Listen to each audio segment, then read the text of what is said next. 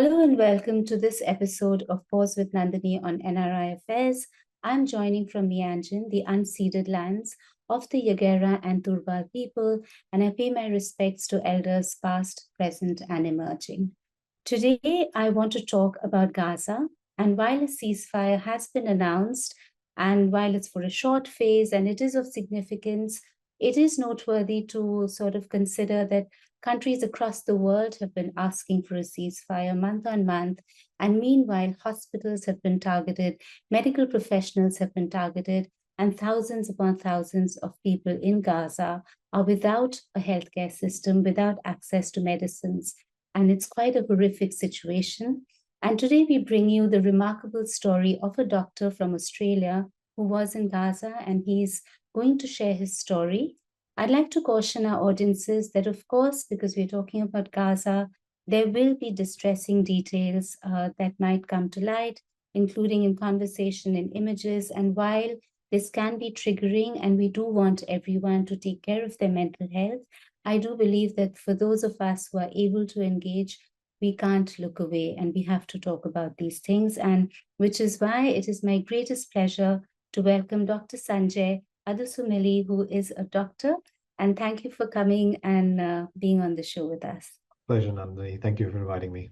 Absolutely. So Dr. Sanjay is a general and colorectal surgeon who's in Sydney.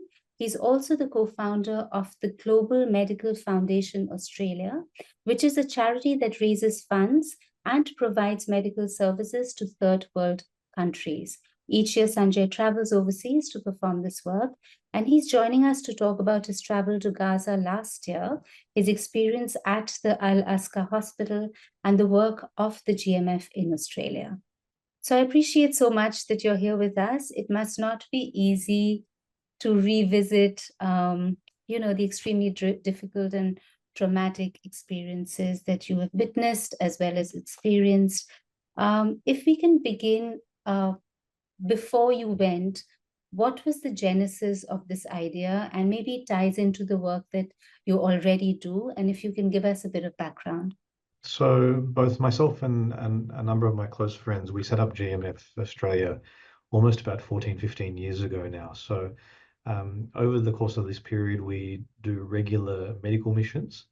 And as we've done this on a regular basis, we've started being contacted by various organizations to see if we can help in various locations. So one of the people who contacted us occurred late in essentially 2023.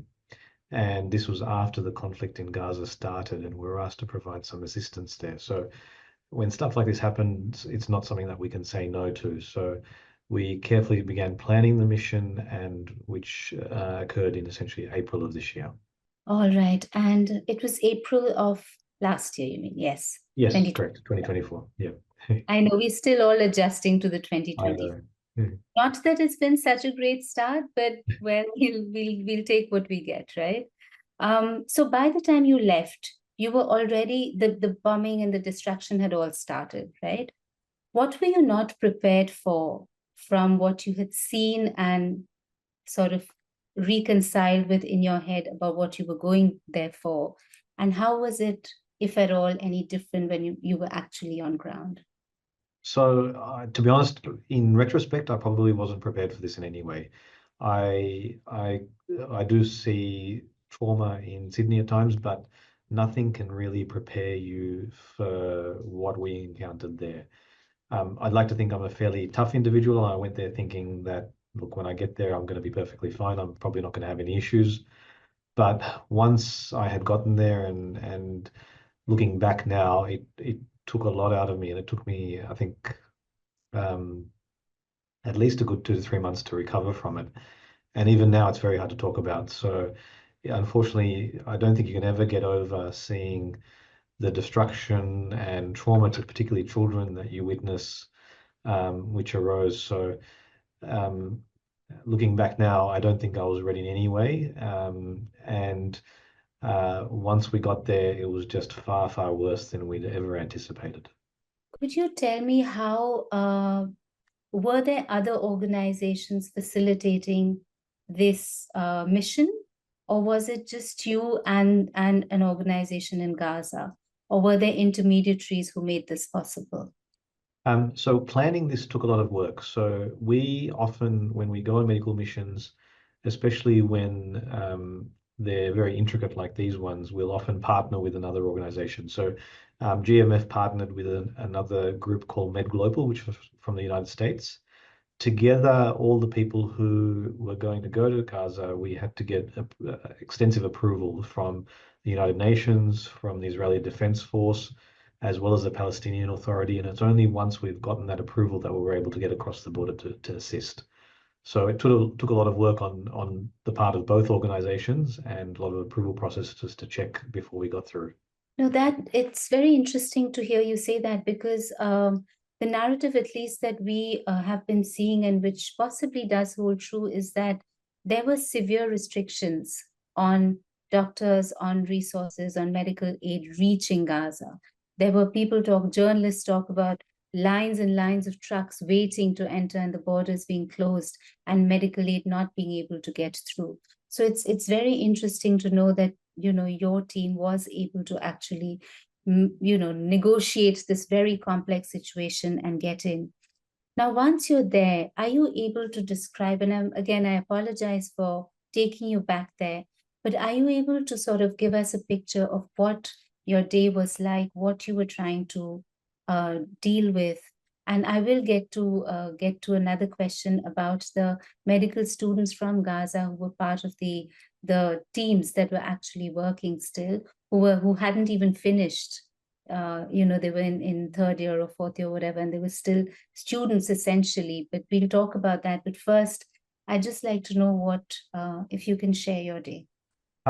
So when we first entered Gaza, we arrived at the Rafah crossing, and it took approximately 7 hours to get through the border. So all our luggage was checked, all our paperwork was checked. Whilst we were waiting, you hear gunshots in the background, you can hear missile strikes happening. You look overhead and there's drones flying past. And by the time we'd gotten across the border, it was late at night. And there was an eerie silence because people have gone to essentially it's a city's full of tents now. A lot of the buildings have been destroyed. We were advised that it wasn't safe to travel at night, but in that circumstance, we didn't have too much of an alternative. And we managed to get to our guest house, but we saw all the destruction that was happening. I was stationed at a hospital called Al-Aqsa Hospital, which is in Deir al-Balah. It's in the middle of Gaza. It, at the time, was one of only 3 functioning hospitals remaining. So prior to this conflict happening, there was about 30 hospitals, and 27 had been either decommissioned or destroyed. This hospital was a maternity hospital, so it was never designed to deal with trauma. But the maternity side had become essentially non-existent, and all that was happening was we were dealing with patients who were victims of war injuries. It was a hospital that probably had around 200 beds, but in that hospital, there was probably around, I would suspect, 2,000 people who were not just patients, but family members who were sheltering in corridors, in fire escapes, in stairwells, any space that was available, there was someone trying to stay there because of the safest place that they could be.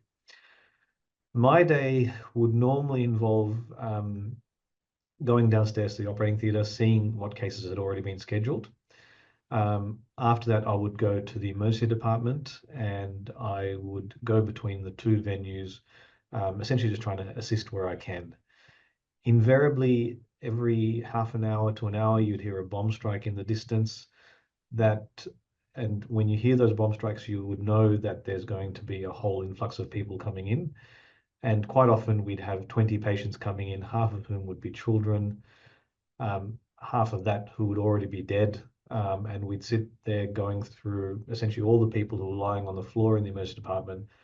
I would assess them. If they were already deceased, I'd put a cross on their chest with a marker and then move on to the next patient and try and get through as many people as we can. Anyone who needed urgent surgery, we would rush them to the operating room and treat them as quickly as you could. And essentially, I think we were performing trauma operation after trauma operation throughout the entire day. we'd often try and finish as much as we can. There would be surgeons on call overnight, but you would sometimes get the odd call during the night as well to try and assist, which you would do. And then the whole process begins the day after. And we're doing that for essentially 2 weeks straight. So you were there for 2 weeks. Correct, yeah. And then you made your way back the same route that you went Yes, so we on the traveled. Yeah, so we traveled from Cairo through past the Suez Canal along the northern aspect of Egypt and went through the Rafah crossing. And then on the way back, we came back the same way. So when you were in this hospital, we do, and I've heard from your past interviews and other interviews as well, that obviously there's such a shortage of equipment and the things that you need to function. So in that case, are you making really hard decisions then in terms of which patient, who you take in? And I would imagine, I mean, as a layperson, it's very hard to imagine a human being entrusted with that responsibility of literally making a choice between who's going to get help and who's probably not going to make it. And were you in a position that you had to make these decisions every day? Yeah, we were. So take, for example, at the hospital, we didn't have the equipment to perform any neurosurgery. So anyone who came in with severe head injuries, who were likely to have bleeds in their brain causing problems, we basically said that we don't have the equipment to perform any surgery here. There isn't really any hospital in the area that can do that at the current point in time, and those patients would essentially be palliated. And often these patients would include young children. So it was heartbreaking. So there was kids you couldn't help. Um, you would you when you get an influx of 20 patients and you can only operate on one or two in the two operating rooms that are there, you really got to make a decision about who you think will survive and who will not. So you're obviously going to try and help the children as best as you can, um, but also the ones who are likely to get through the surgery itself with the limited equipment that we have. So unfortunately, those sorts of decisions were being made on a daily basis. Can I ask you, there is, from the other side, the argument is that, uh, you know, there's Hamas that is intermingled. You can't separate. They're all, civilians are used as human shields, this, that, and the other. As a doctor, when you're there, are you able to distinguish at all who's a non, soldier or not part of any such, and who's a civilian? And is there any distinction at all?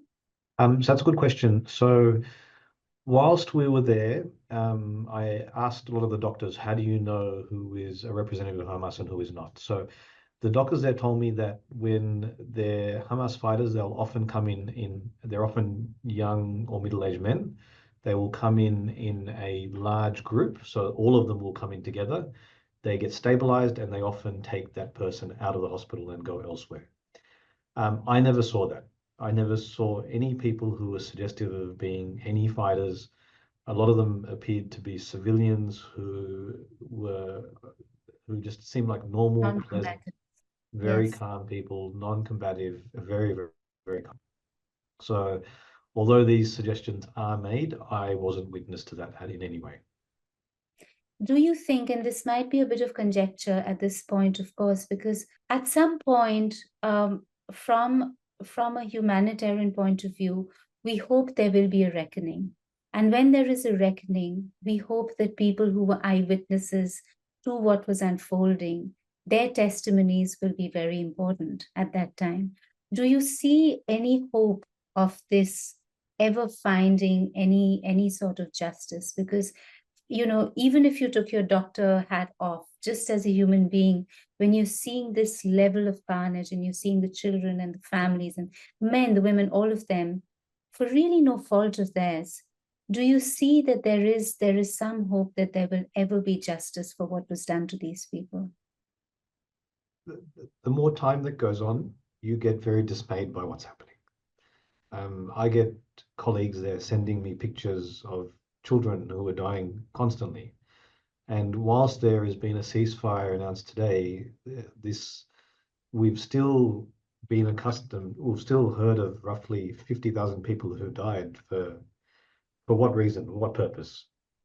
And whilst I acknowledge the suffering that the Israeli people went through with the hostages that were taken and the people who were killed, can you justify that with a response which has affected thousands of civilians and children? That's my biggest problem. Obviously, Israel's got to do everything to protect itself, but how far can you let things go, and what do you deem as acceptable? With a lot of the court cases and the international cases with rulings being made of a plausible potential genocide, with arrest warrants being given for heads of government and heads of Hamas, and despite that, countries being supportive of what's happening in Israel, I get very dismayed that there will be no repercussions for this, that the world will just ignore this and go on as per normal. And the suffering of all these people and all these people who have died would have happened in vain. And only time will tell. But it's unfortunately, I personally feel that I don't see much happening from a repercussion basis. But as a doctor, I would hope that these sorts of situations don't happen again. Thank you for that. I wanted to know about the medical students, and you've spoken about them who were assisting. Tell me about their sort of perspective. I mean, obviously they're all traumatized and they're young and they're still trying to help. What was it like to talk to them, to work with them? And what is it that kept them going? The everyone in that hospital was amazing. So the doctors were on a different level. So they weren't getting paid what they would normally get paid. They were getting paid a paltry salary, which was not enough to pay for even simple foods because of the exorbitant cost of everything that was coming across the border. Yet they continue working. The medical students there were there just purely to help and to learn. They obviously weren't getting any financial benefit from this. And that hospital, without the limited number of doctors and without the medical students were there, would not function in any way. Those students were excellent. Their knowledge levels were incredible, far beyond anything I have seen. A lot of them were smarter than I am. They knew more medicine than I did, and they helped in on a daily basis. They would help translate. They would help get patients to the operating theatre. They would help with operations. They would risk their lives some of them would risk their lives to walk an hour each day to get to the hospital in the midst of bombings, for no other reason but to help and assist. And all of them would almost always say, "I'm just here to help my people." There was no guarantee that they were going to finish their medical degree, and I think of it myself. If that was me, that there was a fairly high likelihood I wouldn't be turning up at the hospital if I wasn't going to get a degree. I don't want to get hurt or injured traveling to the hospital. Yet these guys were completely selfless in what they were doing. So they were amazing. This has been one of the greatest tragedies to see, like the people with such hopes and aspirations, just like anybody else, just being plucked out, like medical professionals or journalists or media people or scientists or academics, just being targeted and taken out. And then when you think about rebuilding, when you think about, developing, and you've taken out all of these people who would be such an asset, it's the tragedy is almost too much to even comprehend. And you've witnessed the potential of these young people, and which is why I wanted you to so share, the fact that, forget that they're just human beings like us. They have all of this potential that is for good, and you're plucking away young lives that could make such a difference. It's just inconceivable. And what is inconceivable, honestly, is that you and I are talking and we understand.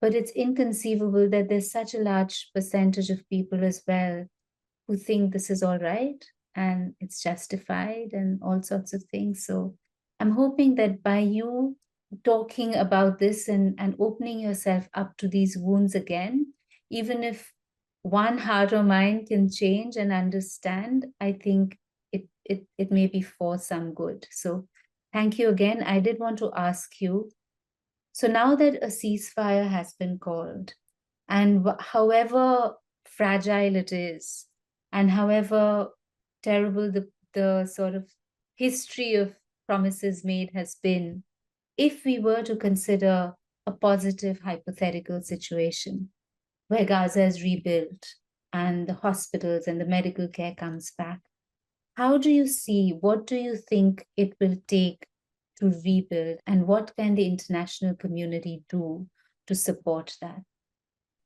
This small, tiny little area has been completely decimated. There is hardly a building left standing. So, exactly as you said, universities, hospitals, places of general service have all been completely destroyed. To restore all of this, it's going to take a huge amount of effort, and I think it's the responsibility of all governments who've been actually all governments should try and assist with rebuilding this country. There's there's there's a couple of million people who are all affected by this, and it's all these people are on the brink of starvation. They're already in the midst of a healthcare crisis. We should be doing all we can to be getting aid into there to start with, to be getting healthcare in. Once people are nourished and their health is able to be looked after, then work should really commence on rebuilding it. And Gaza would have been absolutely stunning. It's a beautiful area of the world. And it's sad to see the destruction. So I would hope that all the governments who've been involved with this, and especially those of us who are very privileged, such as we who live in Australia, I would hope that we could provide some assistance to rebuilding Gaza. Australia has pledged that they will double their funding to UNRWA and pledge 90 million in humanitarian aid. Well, I mean, we welcome every little bit of help and aid, but at the same time, you do wonder why, this could not happen before the ceasefire and when there's such powerful countries that have that have agency, why nothing was done. And I suppose that's a political question that we can't really answer here, but also from just what we're seeing, witnessing on social media. Dr. Hassam Abu Safia, who is still in captivity, and he's probably one of many. I know he obviously, his courage, his presence, I mean, it just stilled the world. I think we didn't have words to even express what that felt like, to watch him walking through all of that rubble towards that tank, and knowing that he knew what he was walking into. Do you want to share any thoughts on that? Look, I think it's all the people who are involved with healthcare in Gaza have been incredible. And to not give up on your patients, to still remain there in the midst of conflict, to keep helping despite what's happening around you is truly selfless. Um, and we should be doing all we can to protect people like this. So could you tell me a little bit about your organization and what you do?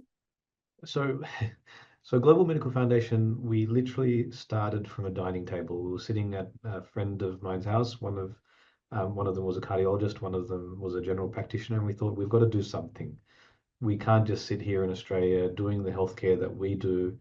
We're, in some respects, we feel like we're replaceable. If we didn't do the work, someone else would do it. We wanted to make a difference in places where they don't have this service. We just wanted to assist those who need help in any way that couldn't afford healthcare. And that's how it all started. We're not religiously based. We help anyone who needs it. So whether you'd be Palestinian, or even if the same situation was happening in Israel and you were Jewish, whether you're a Christian or a Hindu, it makes absolutely no difference. We're there to help people of humanity. Um, So we started off by going to various countries and performing medical missions. We'd get a group of doctors, nursing staff. We have a dedicated pharmacist who comes with us. And we also have humanitarian volunteers to help coordinate. And we'd go to various countries and we started doing this on a regular basis. And over the course of the past 15 years, our organization has grown significantly. We've got lots of volunteers. We've got a big database of health professionals who are always willing to come on medical missions. So we try to do 1 to 2 medical missions each year. But along with that, we also fund work being done overseas on a regular basis. So we're often, say, for example, we're doing cataract surgeries in Africa, which are happening throughout the year. And we try and assist with essentially a few thousand patients who get the benefit of eyesight. We help with humanitarian crises such as Gaza, where we send in food or blankets or medical aid. We've done that for floodings in Syria. We've done it across various countries around the world. Locally, we do a number of things. Number one is we have regular blood donation drives. We try and get a lot of people together, and we try and all go in one go to try and donate blood to increase the blood reserves we have in our country. We assist with the refugees who arrive in our country. We have a service which helps with simple things like housing, accommodation, education, even medical care. We often see refugees ourselves in our rooms for free of charge to provide the assistance that they need. We have another service where on a monthly basis we feed the homeless. So we go to various locations across Sydney, in Parramatta, Blacktown, and the city, where we obtain food to be able to feed homeless people that are present there. We also provide hygiene products and t-shirts and socks and things like that that might be necessary for those people who can't afford it. So there's a number of initiatives we're doing constantly to try and help where we can. And how can people in Australia, the Indian diaspora and beyond, help you in what you do? We have a lot of Indians who, for the Indian community, who are already helping quite a bit, and we thank them for everything they have done. There's a number of ways they can help. Number one is they can spread awareness that we exist.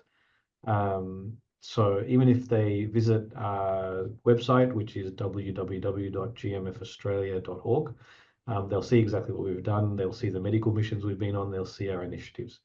If they can spread the word that we're around, that would help. Number two, obviously donations help. The unique aspect of our charity is that everything that's donated goes directly to people who need it. So we don't spend, our admin costs are virtually zero. So any of the accounting work we need, any of the website work, any of the administrative work is all done completely by volunteers who are giving up their time. We all pay for our own way on these medical missions. We pay for our own accommodation, our own food. So every cent goes towards medical care of people in various countries or people in Australia. The third thing is obviously by volunteering. So anyone who has the ability to volunteer, and people are under the misconception that it's just doctors and nurses that we need. That's not the case. We always have a need for dentists. We have a need for pharmacists. Even simple things like, for example, teachers. We have refugees who have children who need some assistance with learning English and mathematics outside of their school. So teachers become useful. We have a usefulness for, say, engineers, where we've performed building projects in certain countries where they can provide some assistance with that. So people of any background can help in any way possible. So volunteering, I can't understate how important it is. So they're the three main ways. Thank you for that. And volunteers could just go on your website and sign up and put their name in and get on some sort of a roster, some sort of a list. And then when there's a need, they'll be matched. Is that how the process works? Or Exactly right. So there is a link on our website that says become a volunteer. So once they enter the details, they come onto a database that we have, and say we're going on a medical mission, we will email all the people on the database saying this is where our mission is going. Anyone who is interested, please let us know. A lot of the missions, there's obviously a bit of a restriction on the number of people you can take. So we try and match it to the services that's needed. So say for Gaza, we need someone who's got orthopedic skills, or we need someone who's involved with trauma. We've been to Bangladesh where there was a huge need for dental work, so we had to bring a dentist or two along. So things like that. So we try and match the service that's required.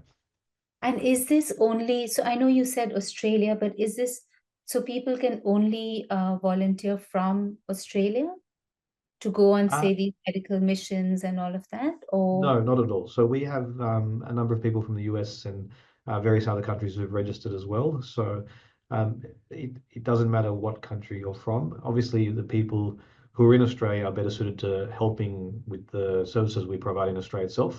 But in terms yes, of going overseas, yes. for example, we're trying to go to Gaza again in April of this year, and we'll probably have possibly two plastic surgeons that potentially might come from the United States. So there's no restriction on where you are from. So Okay.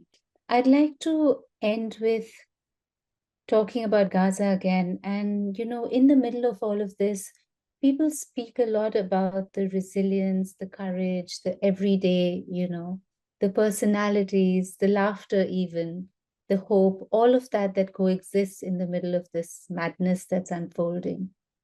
You were there for 2 weeks in the most horrific circumstances. Are there any specific memories that you've brought back that will stay with you, that speak to that spirit that we talk about? I have lots, Nandini. I could talk all day about this, but I'm here to listen. everyone I met, their resilience was unbelievable. It's how do you, a, a, like for example, a young girl who's come in with her arm missing, an arm blown off, and who has surgery and survives, and you see her afterwards, and you see her with a smile on her face and trying to be cheerful for her family. Like, how much tougher can you be than that? Um, I saw countless children who I didn't know were injured until they lifted up their pants and showed me all the scars on their legs, or the big cut they've had in their abdomen where they've had shrapnel wounds taken out. Um, and they still smile and they're still running around. The doctors there who were financially struggling, yet would every day would buy me a cup of tea from the local vendor and would refuse to take any money from me whatsoever. They said, "You're helping us, we have to help you." So they wouldn't take a cent. Um, so there was kindness everywhere. And it's sad to see that there's so much trauma amongst all of these people who are so kind, and particularly as children. And as I said, there was countless people who were displaying that on a daily basis.